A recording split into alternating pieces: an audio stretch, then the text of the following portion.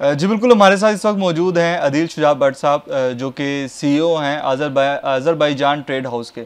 Azerbaijan trade house क्या है और आज़रबाईजान और पाकिस्तान के दरमियान क्या जो है वो कुछ नया होने वाला है, हम उन्हीं की ज़ुबानी जानेंगे। सर, सबसे पहले तो आपका बहुत शुक्रिया कि आपने जो है वो हमें टाइम दिया। अस्सलाम वालेकुम जी, आपका शुक्रिया, आपने बुलाया और इस मौका दिया कि मैं यहाँ आपके साथ इस मौजू के पे बात कर सकूँ। सर जज़ाकल्लाह। मुझे ये बताइएगा कि आज़रबाईजान और पाकिस्तान हलचल मची हुई है, ये हलचल असल में दरअसल क्या है?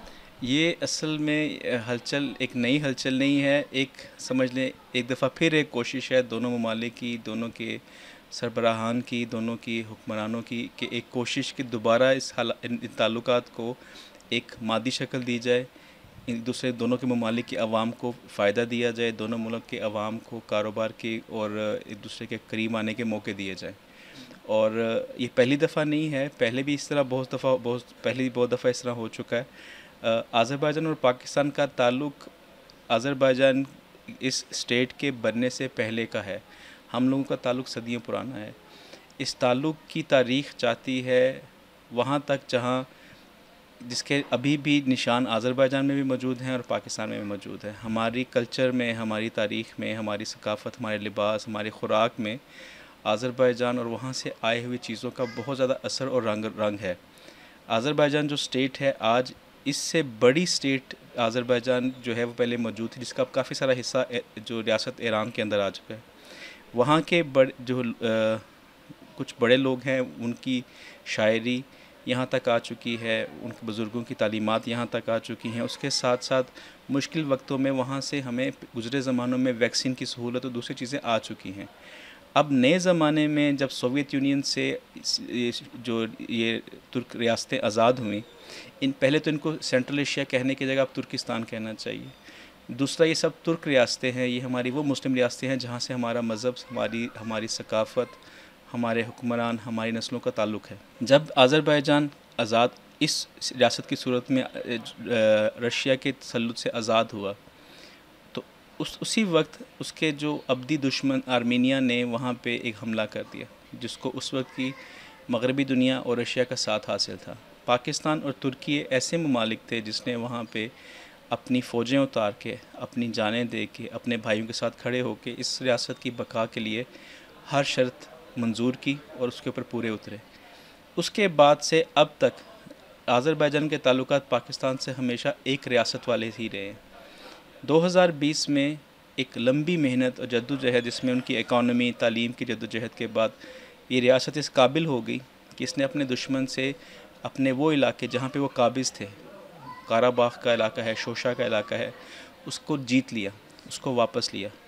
उसकी फ़तह के लिए जब 2020 पे वहाँ पे आर्मीनिया की फ़ौज ने हमला कर दिया, जिसमें ना सिर्फ आर्मीनिया के फ़ौजी थे बल्कि बहुत सारी जो मिशनरीज़ हैं, जो थे वो भी उसमें शामिल थे, जो मिल के आज़रबाईजान की बका के ऊपर हमलावर हुए।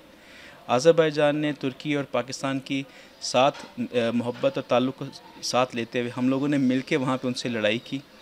ना सिर्फ उनकी उस बुरी नज़र और बुरे प्लानिंग को तोड़ा, बल्कि आज़रबाईजान का जो ज़ाती हिस्सा था, जहाँ पे वो पिछले 30 साल से काबिज़ थे, उसको वापस लिया, उसको वागज़ार करवाया।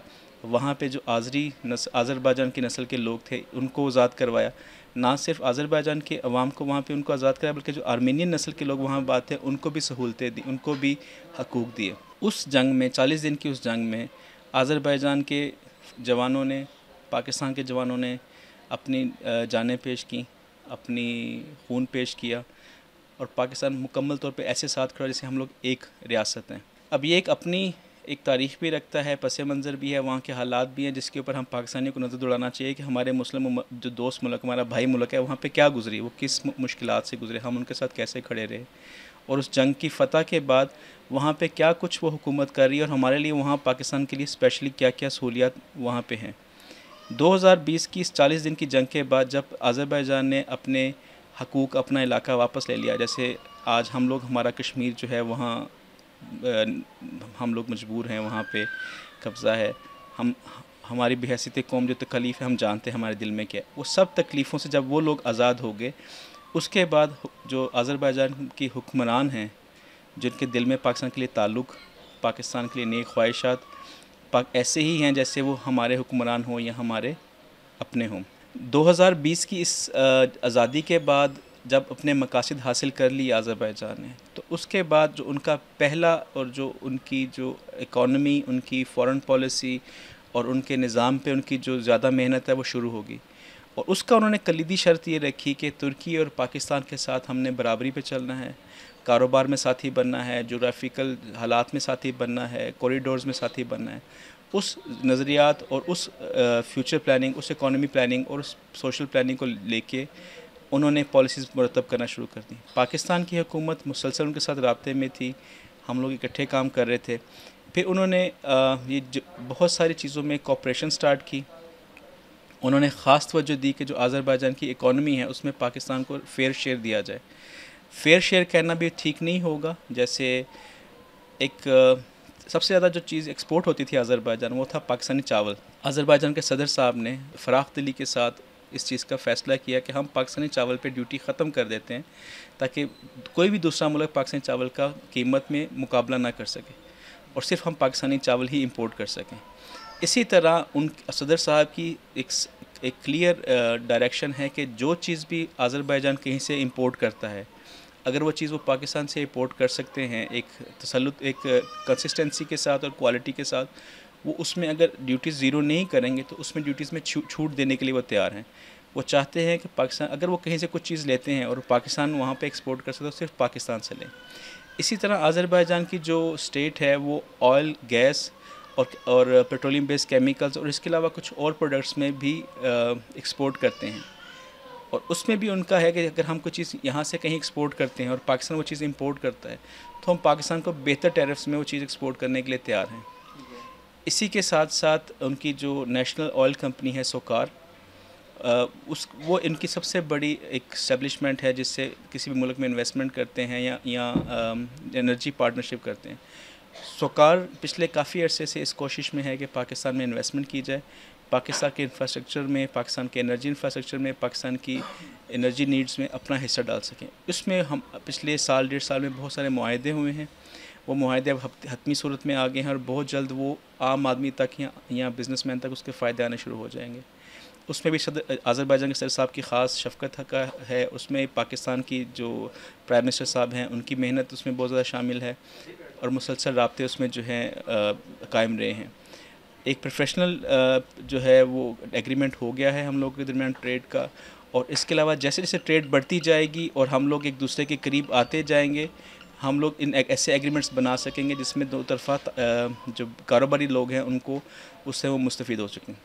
जी, कारोबार में मुस्तफ़ीद होंगे तो सर कितनी इसका कोई तखमीना लगाया है हुकूमत ने या अज़रबैजान की हुकूमत ने, कितनी इन्वेस्टमेंट यहाँ से लेकर जाने का और कितनी इन्वेस्टमेंट यहाँ पर लाने का उनका एक अंदाज़ा है? फरवरी 24 को पाकिस्तानी वज़ीर-ए-आज़म साहब दूसरे वज़रा के साथ अज़रबैजान गए थे और सदर अज़रबैजान वज़ीर-ए-आज़म पाकिस्तान साहब ने जो है वहाँ पे इस चीज़ का एक इजहार किया कि ये एक दुख की बात है कि इतने करीबी मुल्क हो के, इतने पास हो के, इतने नीयत और ताल्लुक़ अच्छा होने के बावजूद हम लोगों की ट्रेड बहुत कम है। उसका उन्होंने इयादा किया कि हम चाहते हैं कि इस साल के अंदर 2 से 4 बिलियन डॉलर तक हम अपनी जो है वो डायरेक्ट ट्रेड को हम लेके जा सकें। उसके लिए जो भी उसके लिए ज़रूरत होगी, दोनों हुकूमतें, उनकी कानून साजी, टैक्सेशन, उसमें हमारा साथ देगी। उसके लिए अभी तक फरवरी से लेकर अब तक 3 डिफरेंट डेलीगेशन प्राइवेट बिजनेसमैन के यहाँ आ चुके हैं। अप्रैल में फिर 3 से 4 डेलीगेशंस आ रहे हैं और बहुत ज़्यादा मुमकिन है कि अज़रबैजान के सदर साहब ख़ुद भी अप्रैल में पाकिस्तान का दौरा करेंगे, क्योंकि उन्होंने 2 अरब डॉलर की डायरेक्ट इन्वेस्टमेंट कंफर्म की थी लास्ट ईयर में। फरवरी में जब वज़ीर-ए-आज़म पाकिस्तान अज़रबैजान गए थे तो उन्होंने उसको हतमी शक्ल उसको जो है वो दे दी।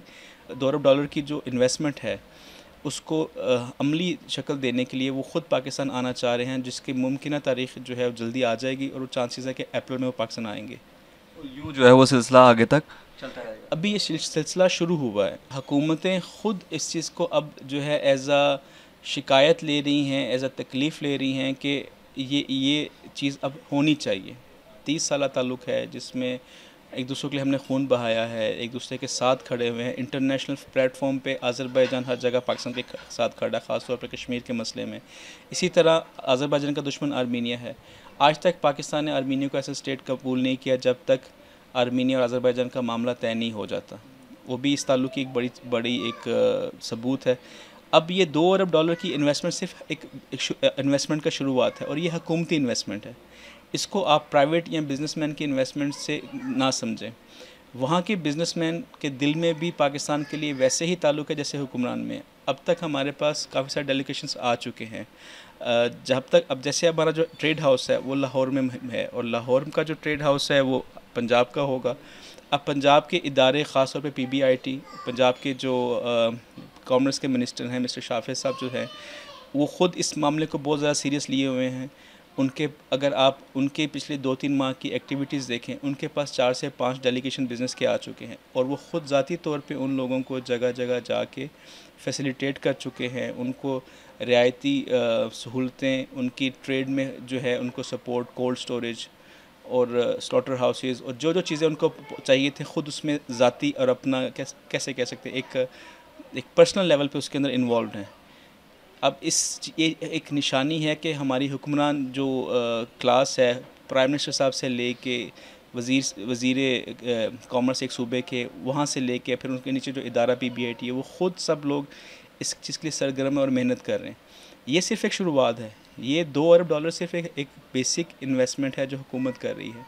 इंशाल्लाह हम इस साल $1 से $2 तक प्राइवेट पार्टनरशिप जो लोग B2B की होगी वहाँ तक जाएंगे और अगर ये सब चीज़ें चलती रही तो हम इससे काफ़ी आगे जाएंगे इंशाल्लाह। मतलब माशाल्लाह इस तरह भी जाएंगे और पब्लिक सेक्टर्स में तो हो रही है, अब प्राइवेट को भी इंगेज करना शुरू कर दिया, प्राइवेट सेक्टर्स भी इंगेज होकर अब माशाल्लाह जा रहे हैं अज़रबैजान।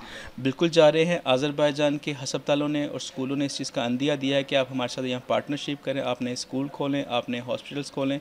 ना सिर्फ इसका अंदिया किया, इसके साथ साथ अज़रबैजान में जो तालीमी इदारे हैं उनके साथ यहाँ के तालीमी इदारों की पार्टनरशिप, वहाँ पे पाकिस्तान के जो तालीमी इदारे और सॉफ्टवेयर हाउसेज उनके incubator centres, special IT sectors और साथ साथ ह्यूमन रिसोर्स, वहाँ के ह्यूमन रिसोर्स की ट्रेनिंग और हमारा यहाँ का जो ह्यूमन रिसोर्स है इसको वहाँ पे एलोकेट करने की भी हम कोशिशें स्टार्ट कर चुके हैं अल्हम्दुलिल्लाह। नाज़रीन, जैसा कि आपने जाना कि ये वो तमाम तर इक़दाम हैं जो अज़रबैजान और पाकिस्तानियों के दरमियान हो रहे हैं और उम्मीद करते हैं कि ये जो ताल्लुक़ है, ये जो अभी एक पौधा लगाया गया है और पौधा कई सालों पहले लगाया था लेकिन अब ये तनावर दरख्त बनना शुरू हो गया, उम्मीद है कि इंशाअल्लाह ताला पाकिस्तानी और अज़रबैजान के अफराद दोनों ही जो है इसका फल ज़रूर खाएँगे। जी।